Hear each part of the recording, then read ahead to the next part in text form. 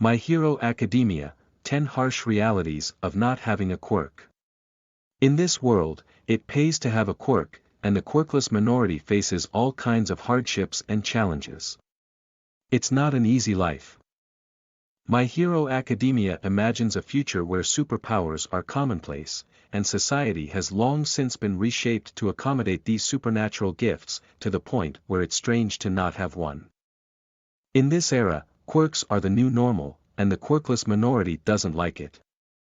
With each generation, fewer and fewer people are born with no quirk at all, and while there are actually a few advantages to this, as a whole, it's rough to be totally quirkless.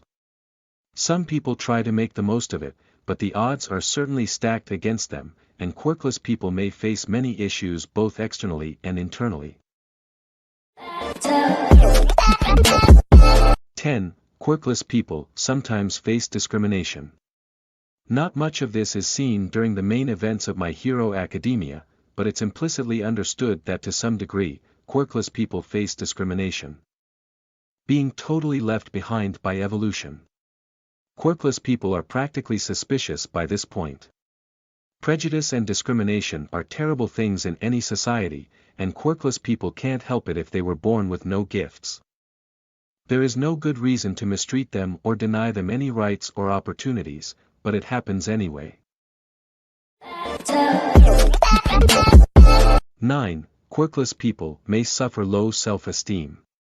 Self-esteem can be based on all sorts of things, from athletic ability to academic achievement to musical talents or simply having a large circle of friends. And lacking these things can lower a person's self-esteem. In My Hero Academia, self-esteem is often based on quirks, or lack thereof. People with good quirks, such as Momo Yaoyorozu and Katsuki Bakugo, can feel pretty good about themselves, while the poor quirkless Izuku Midoriya was devastated to learn of his quirkless status. It placed a heavy emotional burden on him for years on end. 8. Quirkless children may face bullying. Not only does society at large discriminate against the quirkless, but children might also use quirks as a reason to pick on and harass their neighbors and classmates. Children have a shocking capacity for cruelty, and in a world of haves and have-nots like this, bullying must be commonplace. It's easy to imagine bullies with decent quirks mocking, harassing or even attacking quirkless students, seeing them as freaks or weaklings. Bakugo openly scorned Izuku for being quirkless, and there must be many other children acting like that.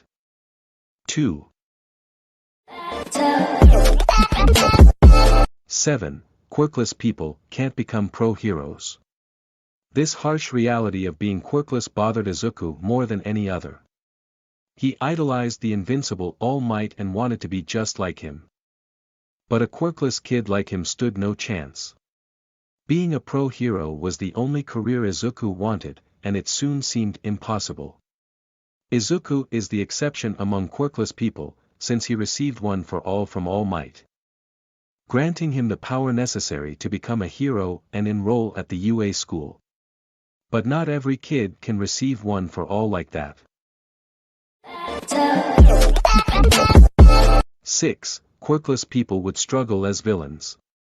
On a societal level, it's a good thing that quirkless people would struggle to make it as criminals, but for the individual, this is a harsh reality after all. Not everyone aspires to become a pro-hero. Desperate individuals might see crime and villainy as the best way to get what they want, and they'll likely need a quirk. Desperate but quirkless people have been left behind by society. And they can't easily commit crimes to get money or food for themselves, even if they're willing to break the law. There are exceptions, such as cybercrime, to steal money. But as a whole, a quirkless would-be criminal is truly out of options. 5. Quirkless people are vulnerable to assault.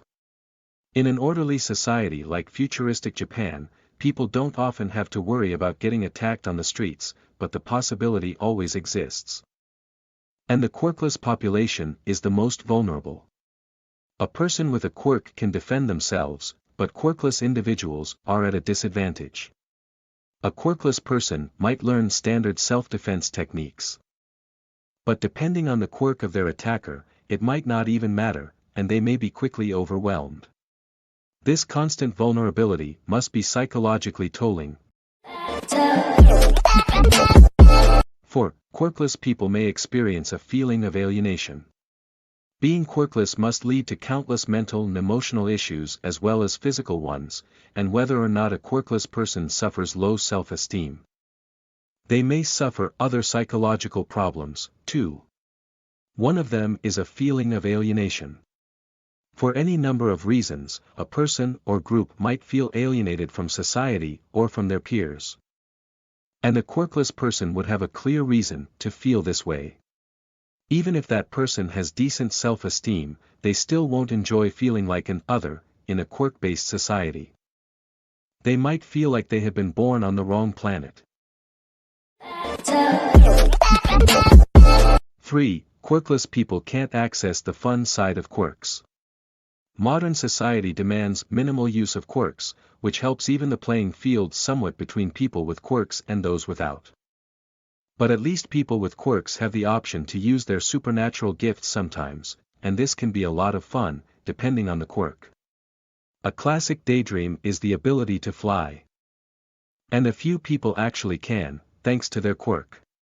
Or perhaps they can make items out of thin air, play with ice or fire, jump really high, see through walls, or anything else.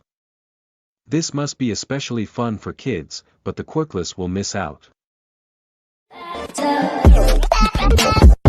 2. Quirkless people might get unwanted pity or be patronized.